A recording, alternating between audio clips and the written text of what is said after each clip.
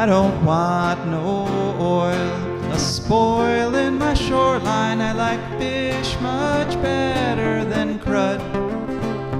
I like birds and things, a-creeping and crawling. Won't trade no more oil for blood. The sun done give us all we need to make this country run. But that black demon oil's got us fussing and fighting, and I do believe it's time we was done. I don't want them nukes run by them kooks who think radioactivity is fun. No more three-headed frogs or kids with leukemia. Nuclear power ain't fit for a dog. The sun done give us all we need to make this country run. But that nuclear power's got us fussing and fighting, and I do believe it's time we was done. No nukes! Well, hello, and welcome to For a Green Future. My name is Joe DeMar, and I'm here with my incredible co-host, Rebecca Wood. Yes, and together, Rebecca and I are going to spend another hour here creating a marvelous show called For a Green Future. For a Green Future is a show where we talk about ecology and the environment, and we talk about them in the ways that they affect you, your wealth, your health, your happiness, the wealth and health and happiness of your friends and your families and your co-workers and people going to sports games and people refusing to go to sports games and the trees and the birds and the bees and the plants that are coming up and pretty much everybody and everything, because, like it or not, we're all together here on this wonderful planet called Earth. And we have an interesting show for you today. It's going to be a little unusual, as we're pre-recording this show because I am off to Utah this week. I'm going to go skiing. I've been skiing once before in my life, roughly 30 years ago. I went downhill skiing, but this time I'm going to like a full-fledged skiing place and like, a resort, which wow. is like, yeah, for me that's kind of wow. I'm going with a friend. It's not something I would have like initiated on my own, but they wanted to go, so so off we go. So we're recording this, and that's good, because after you break your leg, you can sit around in the resort enjoying that. Yeah. Everyone's been tormenting Joe with stories about terrible things that happen skiing. It's very true. As soon as I mentioned skiing, people are like, "Oh, I broke my leg." I had one person say, "Oh yeah, I broke it twice," and I'm like, "Oh, so you just be called downhill leg breaking? You broke it once and then you went back." Same yes. Okay. So hopefully that won't happen to me. Hopefully, but we'll see. We'll see what happens. So we're going to just chat for a bit for the next 15 minutes or so, and then part of what I'm doing, since I'm going to Utah, I'm going to fly into Salt Lake City. In fact, so I managed to set up an interview with a woman named Linda Freitas, who's the head of an organization called Friends of the Great Salt Lake. And she's going to tell us about the terrible things that are happening in terms of the Great Salt Lake, ecologically speaking.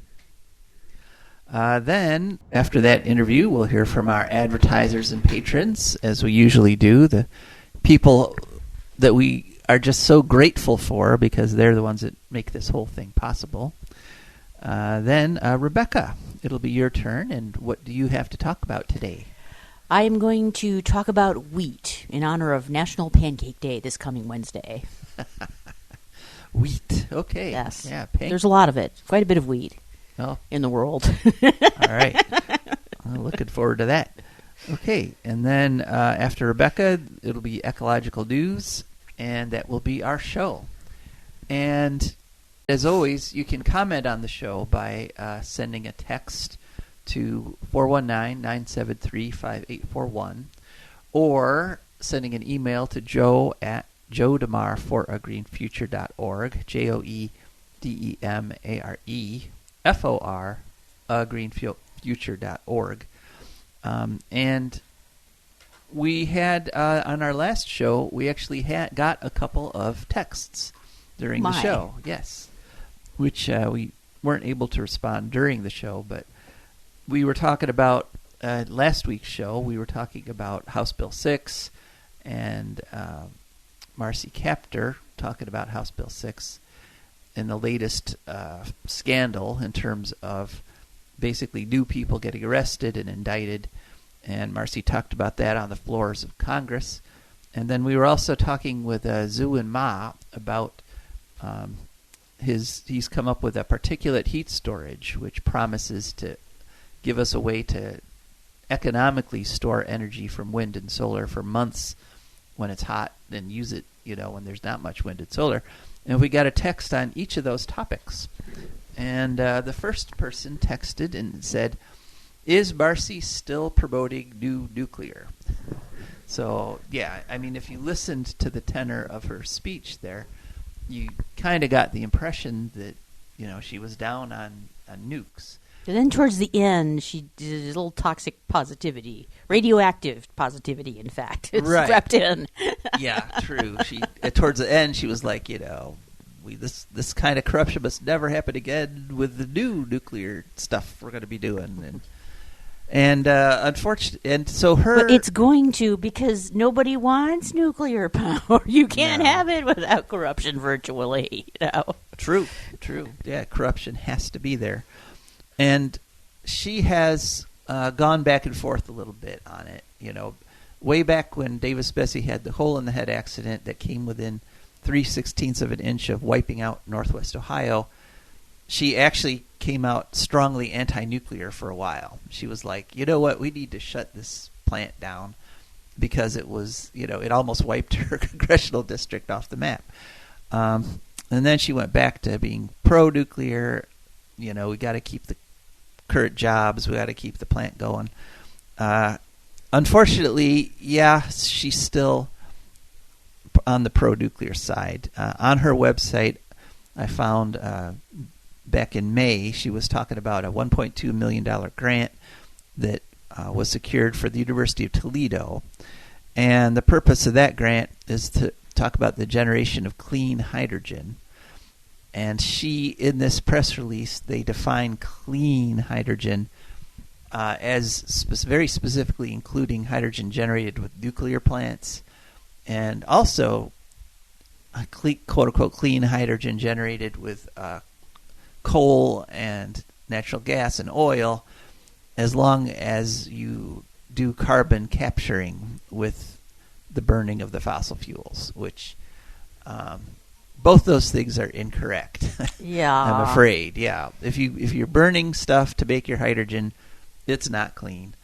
Or if you're running nuclear reactions to make your hydrogen, it's not clean. If you're doing it with wind and solar, then that's clean energy. But as long as you're creating wastes that are harmful, and the whole carbon sequestration scam, because that's all it's been for past, but basically they've been talking about carbon sequestration for about 50 years, and they keep trying it, and they keep doing pilot projects, and the pilot projects keep failing. One of the most common failures is it takes more energy to sequester the carbon than you started burning to get energy in the first place. And so it's a little bit like saying, well, our boat is sinking, but instead of plugging the hole, we're just going to keep bailing. Yeah, keep bailing. Or in fact, let's take off and sail across the Atlantic now. No, we're not going to stop and plug the hole. Right. Or, the old joke, put another hole in for the water to go out. Right, yeah. Right, yeah. Totally. That's kind of what carbon sequestration is. So, unfortunately, Marcy is still pro-nuclear, but at least she's anti-nuclear corruption on the floors of Congress. I guess that's good. Yeah, okay. So the second text question we got was if I, meaning me, Joe DeBar, can I use sand storage like our guest was talking about on my solar system at home? Which is a good question, And the answer is yes, but it kind of touches on something that my philosophy about the solar panels on my house. And that is, during this whole controversy, the battles I've been having with the city of Bowling Green because they've penalized putting solar panels on your roof, a lot of people have asked me, well, why don't you just get batteries and go off the grid? Just disconnect from the grid. Then you don't have to pay any kind of electric bill. Right. Well, the answer is because having the panels put all the power they generate right onto the grid, either I use them in my house or they go off to my neighbor's house, that is, societally speaking, that gives the greatest benefit to the greatest number of people. It's not supposed to be just, every man for himself. Whoever can afford nuclear gets to whatever. That's not my attitude. That's not why I put solar panels on my house, because I want to just generate my own electricity for me. Right. It's that I want all of us to switch to carbon-free energy. And so putting all my electricity that I don't use directly onto the grid, the advantage of that is it shaves off the peak usage, especially on the hottest, sunniest days. My panels will be supplying more power than I need, and it'll be supplying powers to my neighbor. And my neighbors will have lower electric bills because my electricity doesn't have what are called transmission charges, which means, since my electricity is generated right here, the power isn't coming all the way from, we've got, Bowling Green has power plants on the Ohio River down there, border with Kentucky, and a power plant over in Illinois. Randomly. Yeah, and they're also talking about contracting with a power plant out in Pennsylvania. So literally, our power comes from hundreds of miles away in every direction. But do you ever read in one of his books, Douglas Adams has a thing about a guy who's confused and says you read somewhere that the product of Eastern Europe, major export is electricity, and so he pictures like vans carrying electricity, like a big glowing ball of it. I don't know. No, I don't remember that one, but he's a great author or writer. I loved his stuff, and I do remember in the Hitchhiker's. One of the Hitchhiker's trilogy books, he has this guy comes home from wandering the galaxy, and he discovers that his electric is still on, even though he's been gone for like 2 years. Great. and he realized, that when he was there, even though he paid his bill every month, they kept turning it off because they, kept saying he was late even when he wasn't. So he said it's perfectly logical that they would leave it on. Yes, yeah, clearly. when when he doesn't pay the bill. So anyway, the grid, we don't think about the grid much. It's just sort of always there. And places where the grid fails, of course, then you realize, oh man, this is a really important thing. But the grid itself, this huge construction which allows you to take power from thousands of different places and distribute it out to millions of different people and end users and businesses and so forth. The grid, in my opinion, is literally the greatest human invention in history. It's a really cool thing, and without grid power, you don't have computer access, so you don't have internet, you don't have all that access to all that information. So I love the grid, and I think we should keep it. So anyway, but at the same time, you can't sacrifice the natural world. You can't sacrifice our ecosystems and our environment to maintain the grid. Right. Because then it's just like, that's ridiculous. We're going down, but we're going to have electricity all the way to the end. Yay. Yeah, no. So you got to have, so the grid is great, but you have to have a grid that doesn't degrade the environment.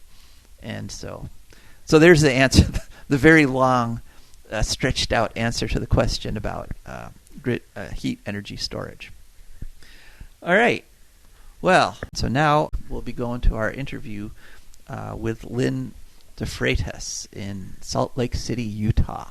All right, let's go to that interview. Well, hello and welcome to For a Green Future. And here we are on the shores of the Great Salt Lake. This is amazing. Could you please just tell us your name and your organization? Sure. I'm Lynn DeFreitas. I'm the Executive Director of Friends of Great Salt Lake. It's a nonprofit membership organization. Our mission is to preserve and protect the Great Salt Lake ecosystem by raising public awareness and appreciation through education, research, advocacy, and the arts. All right. Well, thank you so much for talking with us today. We really appreciate it. My pleasure. And so the lake right now is looking, as you'd say, fairly wet. We got some water here, but really, long term, there's kind of a threat to the lake in terms of water levels, isn't there? Right. So characteristically, the lake has always fluctuated. Back in 1961, we had a historic record low of 4193 feet above sea level. In 1986 and 87, during Super El Nino years, we had a record high of 4212 feet above sea level. So it's a flat basin lake.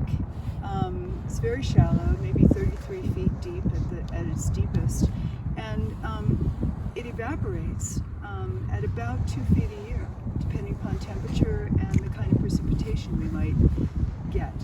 So it does characteristically fluctuate. Okay. Yeah. So what kind of flora and fauna live in and around the lake? So Great Salt Lake is recognized as a hemispherically significant stopping point for over 10 million migratory birds that rely on Great Salt Lake to stage, to rest, to feed, some to nest in their migratory journey. And the ecological viability of the system provides for these birds through brine shrimp, which is a major protein source, and through brine flies, which are also a major protein source, although I prefer to eat the shrimp personally. But they love the flies and other microorganisms in the water. And so depending upon salinity concentrations, depending upon lake elevations, the viability of the brine shrimp population and the brine fly population and microbialites, which we refer to as the Great Salt Lake coral, because there are calcium carbonate structures in the lake bed of Great Salt Lake, and they have to be, covered underwater in order to function with algal mats. Part of the brine fly life cycle is reliant upon microbialites and being able to come down in that life cycle and hang out there until it's ready to come up and turn into a brine fly. So elevation, salinity concentration, those all are key factors in the viability of the system that in turn is part of the viability of those migratory birds that come here and rely on it. 10 million birds, that must be quite a sight. It is, and in fact it's because of those large numbers. 338 different species of birds come here, and we have, I think it's 30% of the Pacific flyway of waterfowl, aka ducks, and they come in the millions as well. But when they come, and spring, fall migration patterns, it really is awesome and significant. And it's because of those large staging numbers that come to Great Salt Lake that our system was put on the Western Hemispheric Shorebird Reserve Network site map. Nice. Yeah, nice. So what are some of the threats that the Great Salt Lake is facing right now? Well, we have, Great Salt Lake is along the shores of a growing population. Population projections are, telling us that by 2060 we're going to double our population to about 6 million people. So I don't know, what's the size of Philadelphia these days? Philadelphia, I don't know off Yeah. the top of my head. But and casually speaking, I just think, about the size of Philadelphia. But nonetheless, the encroaching population, we live in the second most arid state in the nation, with a growing population, with a limited resource, aka water. So we only get about maybe 17 inches of water a year. And with the enhancement of snow and the enhancement of climate conditions, that can be and have a direct effect on the lake elevation, the salinity concentration, that ecological viability. But also upstream diversions. Great Salt Lake is a terminal lake, which means that it has no outlet. It lies at the bottom of a 36,000 square mile drainage basin, watershed basin, and so everything that happens upstream, whether it gets here or it stays up there, is going to have a direct effect on the lake, because only about 12% of the precipitation from the sky falls directly on the lake, even though inflows from maybe a great snowpack year, which you're going to experience, even though those inflows can hopefully make their way down here, there's storage reservoirs that require storage for municipal and industrial use and that growing population. And so not until really 2019, when it was called House Concurrent Resolution 10, during that legislative session, was there a recognition that Great Salt Lake was in a state of decline. And with that as a catalyst for legislative initiative and legislative support, we have seen a trend of a growing, responsible and effective outcome from legislative sessions that translate into bills that talk about water conservation, that talk about, Great Salt Lake as an ecosystem that, with the exposed lake bed that we were experiencing in 2022, with a new historic record low of 4188 feet above sea level, the exposed lake bed is a source of dust. And we know from global saline systems around the world, like the Aral Sea, Owens Lake in the Eastern Sierra Basin of California, those exposed lake beds have a history of things that have come into those systems. And when the lake bed is exposed, those things like arsenic, heavy metals, can contribute to air pollution and dust. And so we've been experiencing the recognition that Great Salt Lake, to some extent, has been, with research that has been going on, a contributor to air pollution from exposed lake bed dust. So you're talking about the Utah State Legislature? Yes. Doing this recognition? Yes. Now, I have heard it said or suggested that this could be a source of lithium mining. Great Salt Lake could become a source of lithium. How would that impact things? So, one of the ironies is when you're talking about water use and upstream diversions for a population, there's also mineral extraction that occurs on this system. So we have, kind of a traditional mineral extraction of intake of water into evaporation ponds and then evaporating out, the product. Lithium, it's kind of, it's a non-traditional extractive method that the recognition of that, kind of groundbreaking technology, and, how has it been proven as far as low impacts to biota, like brine flies and brine shrimp, and other parts of, the ecological viability of a system like Great Salt Lake. And so the technology and the techniques for extracting lithium from the lake are different.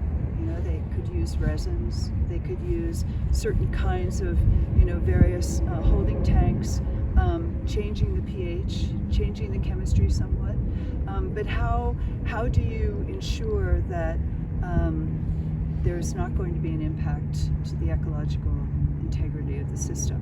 And that's something, actually, that the Division of Forestry, Fire, and State Lands, which is in the Department of Natural Resources, that has jurisdictional responsibility for managing the system in perpetuity as a public trust resource, and the Division of Water Quality, which is, according to EPA and that expectation of the state using those guidelines, have the responsibility to make sure that none of those impacts occur to the system.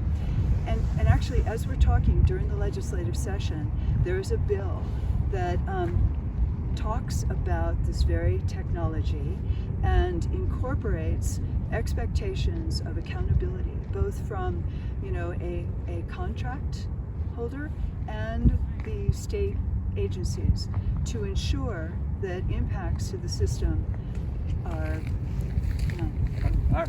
So thanks for asking. Oh yeah, you're welcome. Check with me in a couple of years. It is refreshing to hear that the planning is to head off the problems, Right. as opposed to causing the problem and then responding. Responding, right. Yeah. Exactly. So, Yes. so obviously, there's a lot more to the Great Salt Lake than most of our listeners in Ohio know about. I mean, one thing, this beautiful island behind us here. Could you tell me a little bit about that? Sure. It's called Antelope Island, and basically, historically, when the pioneers came into the valley and settled, Antelope Island was basically an area for grazing cattle. Oh. And the Church of Jesus Christ of Latter-day Saints was the overseer, the management of that landscape. Historically, that changed hands. It was sold to the state. It's now a state park. It's extremely popular because of its proximity to this growing population, and because it's a beautiful place to be. There are bison, there are antelope, there are longhorn Sheep. Longhorn sheep. Yeah, exactly. Yeah, I knew it was. And a lot of birds, upland game birds. And it's a quiet place. There's a visitor center, and it's a place where when you want to get away from it all and you aren't going to go skiing in Park City, you can go to Antelope Island and you can just kind of walk around. You can bird, and you can just listen to your mind. Nice. Which can be a mixed thing, right? Depending on the mind. Yeah. That's right. What's on your mind? So, could you just tell us a little bit about Friends of the Great Salt Lake and how people could follow your organization and see what you folks are doing? Sure. So again, we're a nonprofit membership organization. We were founded in 1994. The inspiration came from the work that had been done on Mono Lake in the Eastern Sierra Basin of California. And that system, another saline system, a lot smaller than Great Salt Lake, was in the process of being drained dry because the inflows were being diverted to Los Angeles, thanks to the Los Angeles Department of Power and Water.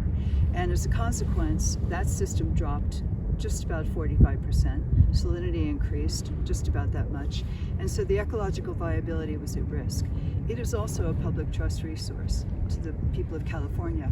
So back in 1994, a group of people from Utah, scientists, went to a conference that the Mono Lake Committee had to celebrate, actually.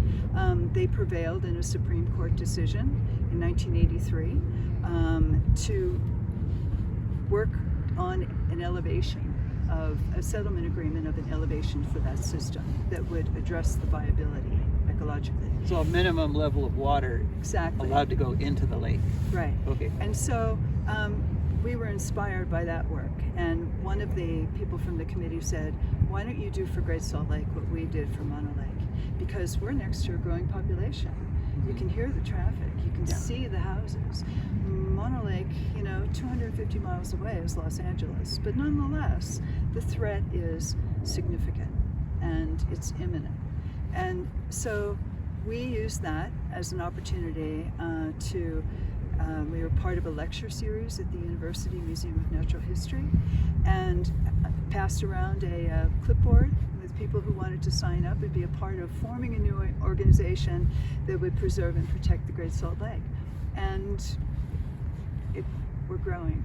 All right. Yeah. And so people on the web could just search for Friends of Great Salt Lake. Friends of Great Salt Lake, FOGSL.org.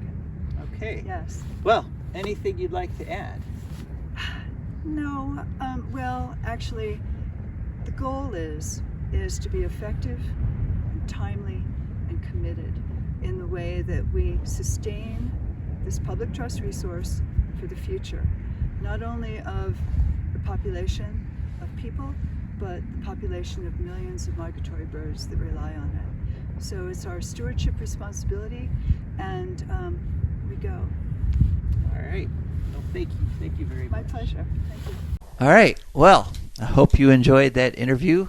I, of course, haven't made it yet, so I'm also hoping that I enjoy Yes. doing the interview. But one thing we always enjoy is hearing from our advertisers and patrons, because they're the ones that keep this show on the air. So let's go to our advertisers. For a Green Future is also brought to you by the Wood County Park District. The Wood County Park District is a natural resources conservation agency. They protect natural spaces, maintain quality green spaces, provide engaging programming, and they teach people to love and respect nature. They also restore wildlife habitats and lead people on outdoor adventures.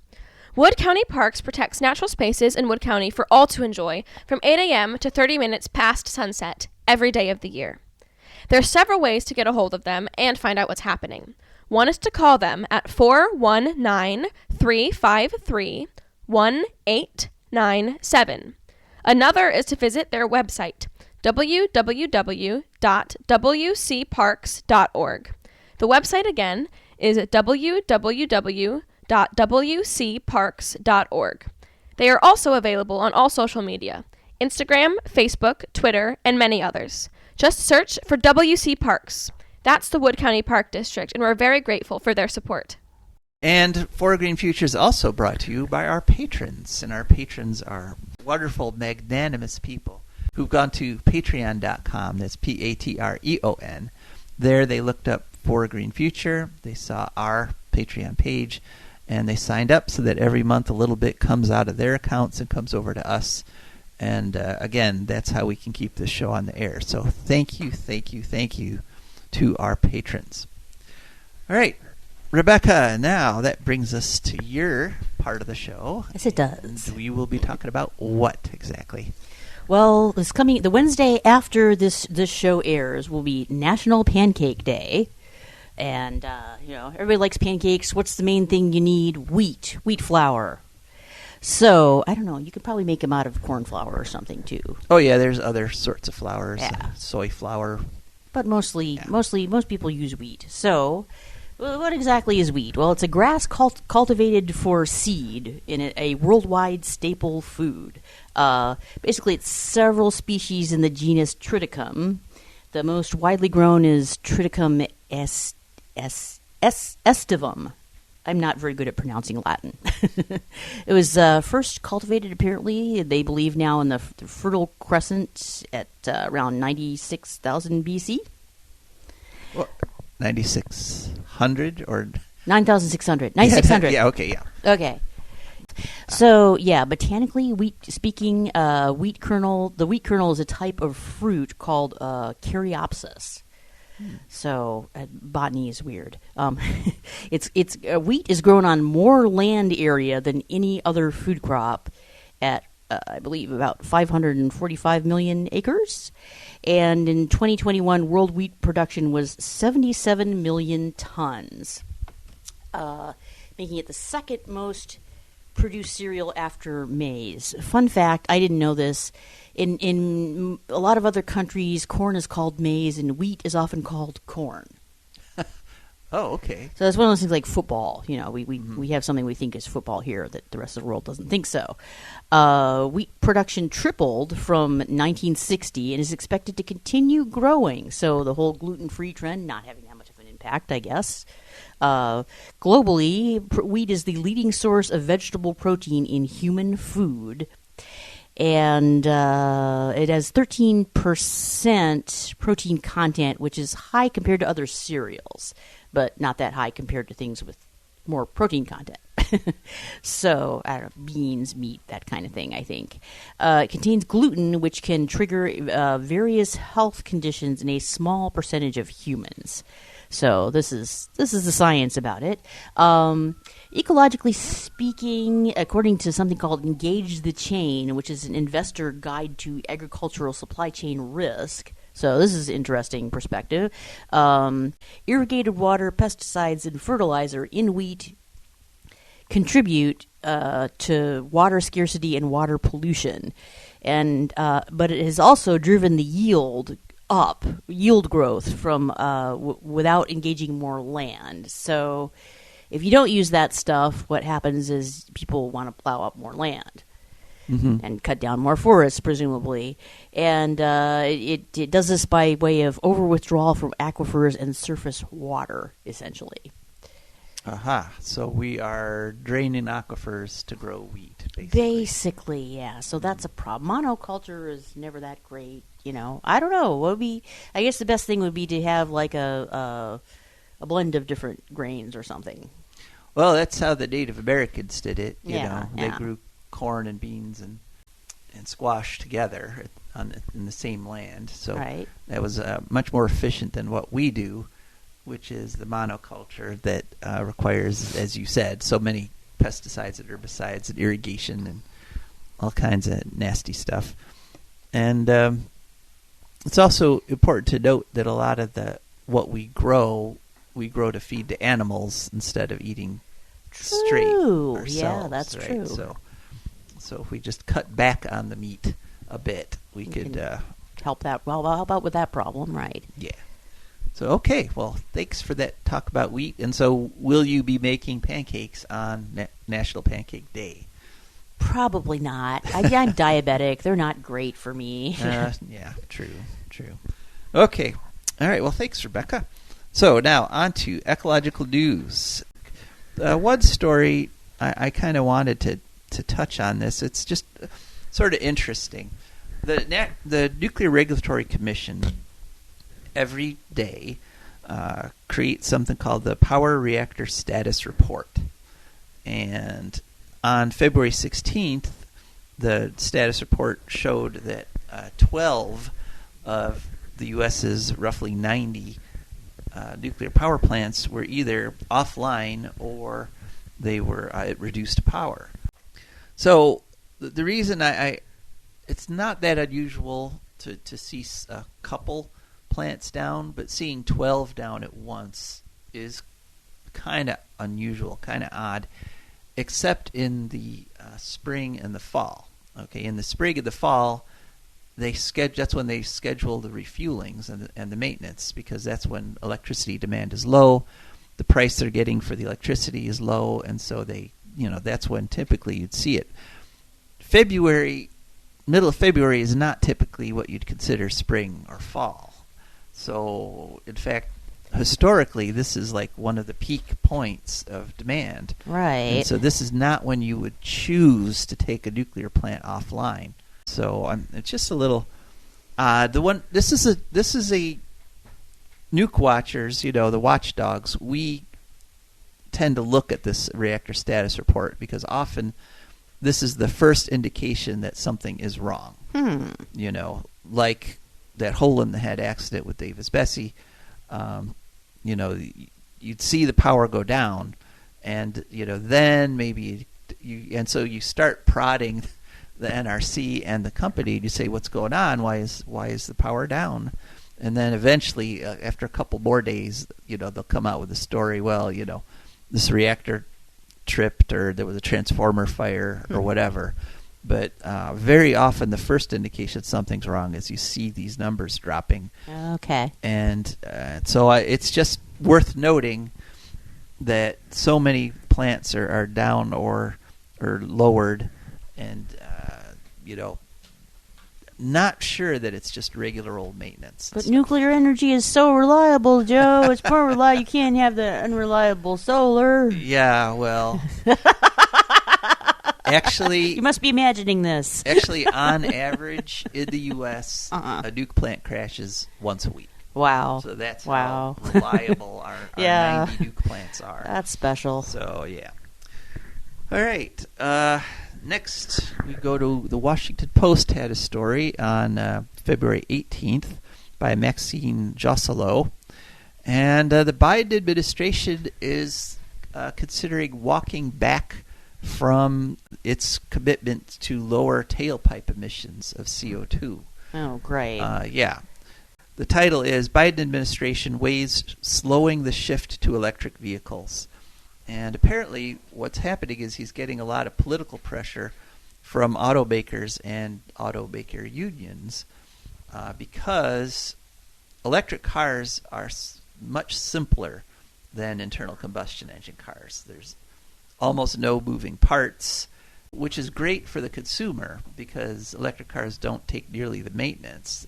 In fact, they take less than half the maintenance of an internal combustion car. But if you're an auto worker, you don't need as many workers. And so they've been pressuring Biden to back off. And they justify it with this claim that they're slowing EV sales, electric vehicle sales in the U.S., which is classic misinformation because actually EV sales are going up and they're continuing to go up. In fact, January 23 versus January 2024, hybrid electric vehicle sales went up 51.4%. And plug-in hybrids, electric cars, both plug-in hybrids and full plug-in electric vehicles, went up 19%. So a 19% sales increase from year to year is pretty good. And over the whole year, 2022 to 2023,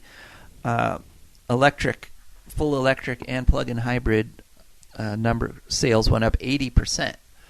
So they almost doubled.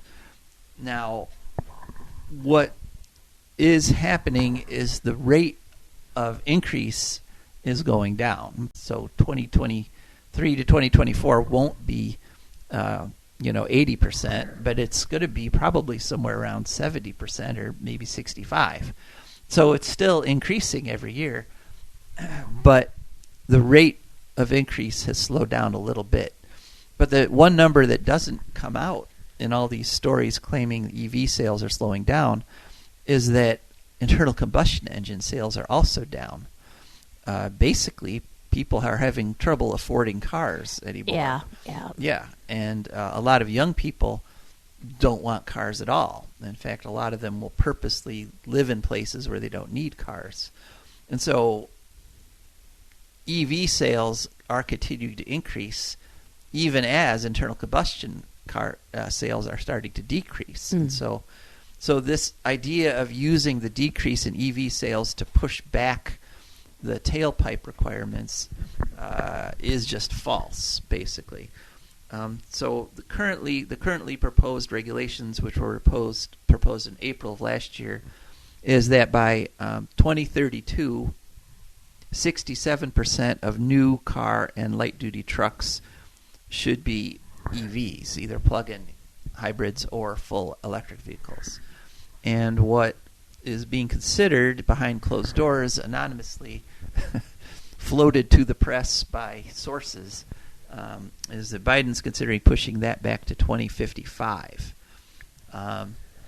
Now, there are legitimate complaints amongst EV owners about things like the availability of chargers. We've actually talked about that on the show, where it's tough to find a charger that both works and that will fit your car, since there's so many different kinds of chargers. But most people who have an electric car charge at home and are able to meet all their needs that way. It's just, when you travel, you like to be able to find somewhere to charge too, which is why I have a plug-in hybrid as opposed to a full electric vehicle. Right. But remember, we were out at the mall the other day, and you were dropping me off after the show, and the nearest one you could find was in Michigan or something stupid. Yeah, it was miles away. Yeah, right? Whereas a mall like Toledo's Franklin Park Mall should have a bank of of electric car chargers, no question. And when I find places with electric chargers, I frequent them. Yeah. That's where I go to shop because I can charge my car while I'm shopping. And more people would do that. And in fact, typically electric vehicle owners don't go back. Once you've driven electric and you can avoid all that exhaust and the nasty plug-in hybrids do still have oil and antifreeze and everything, but the engine part, the internal combustion engine part, runs so infrequently that you don't need to get oil changes. Maybe every 10,000 or even 20,000 miles. Cool. And so there's a lot less of that, nasty stuff.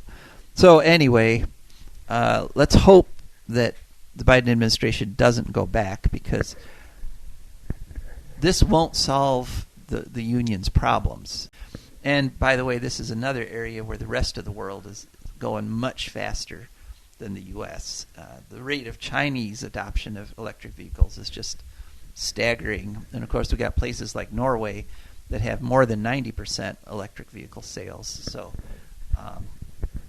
it's happening everywhere else. And the idea that the U.S. is going to dig in its heels and drag its feet and basically be backwards again compared to the rest of the world.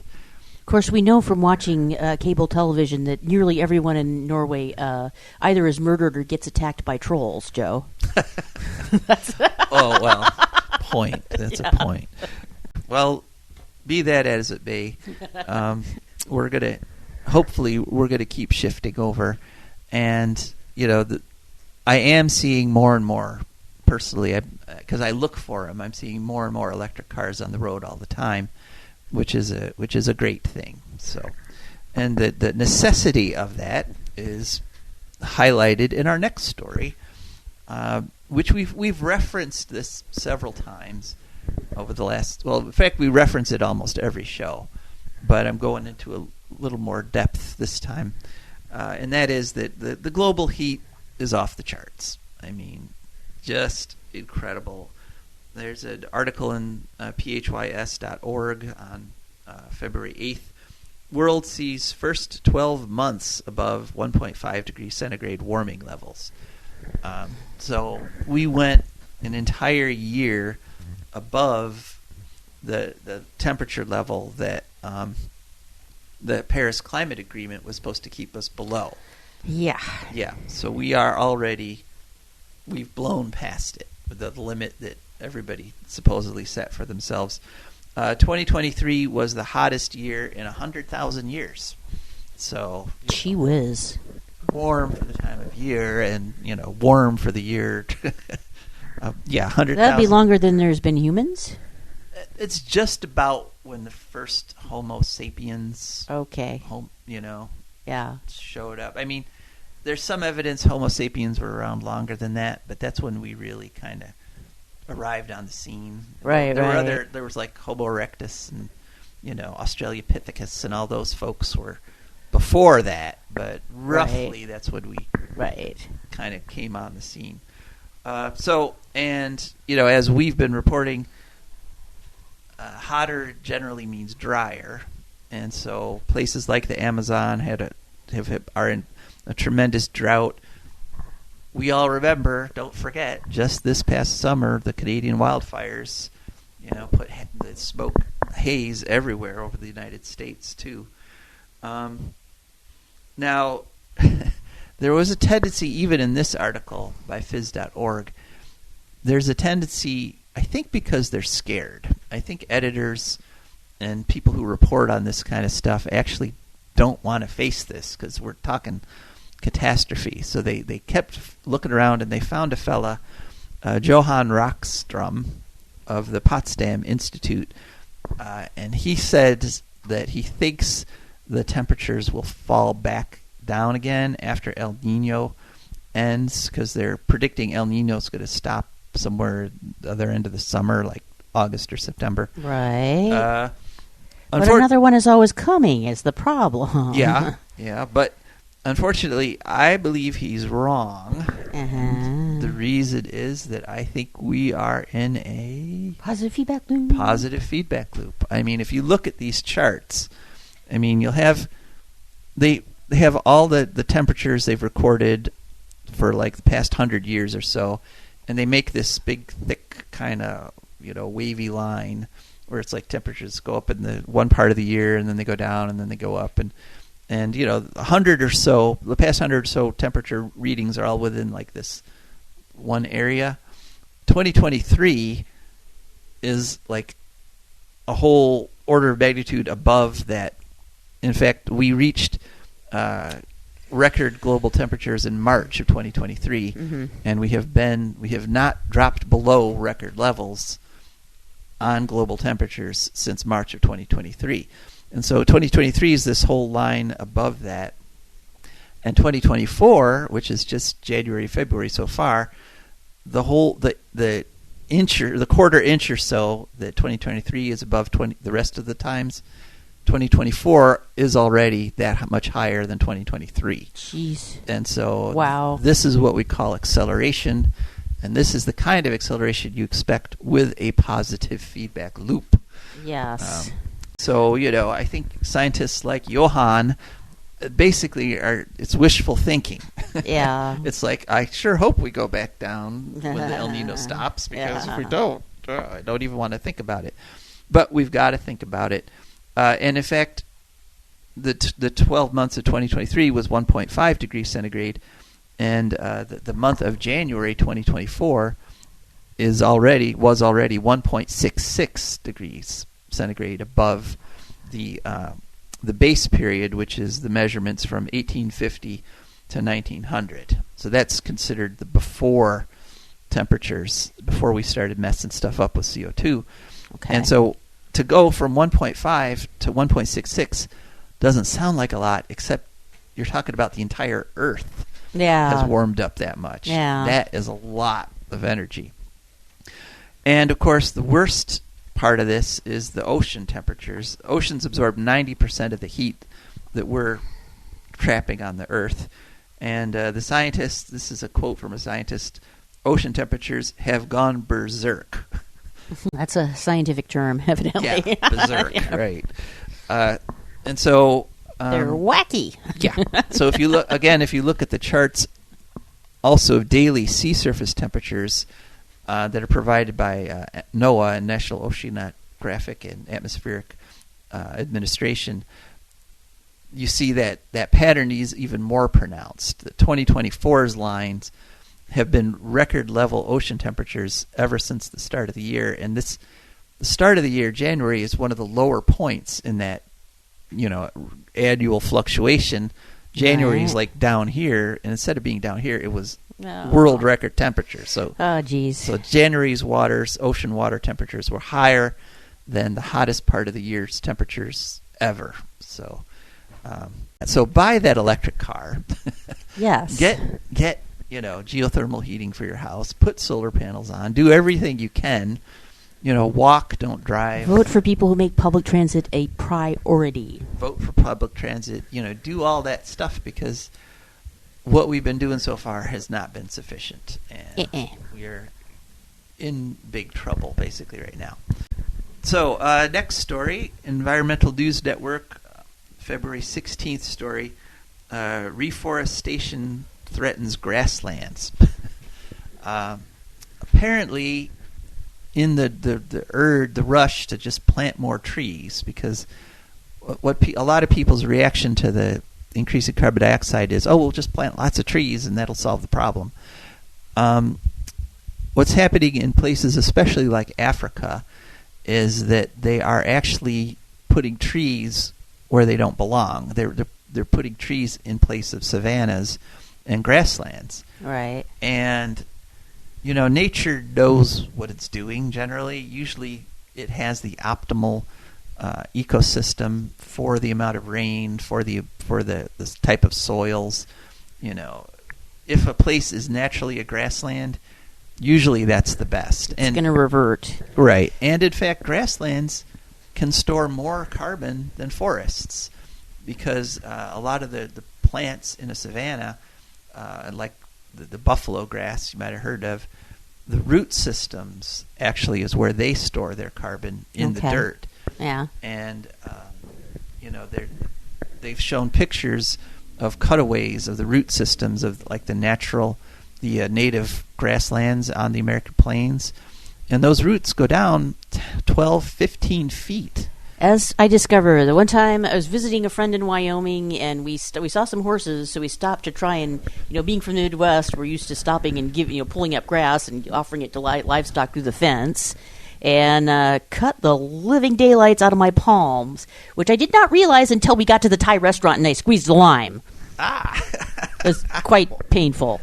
That's a terrible way to find out you've got a paper cut or a grass cut. But yeah, those roots go down, 12, 15 feet. You're not going to pull it. You're not going to pull those roots up. It is not like Ohio grass, and the cows there are not like Ohio cows. Right. They are cows with quite a bit more attitude.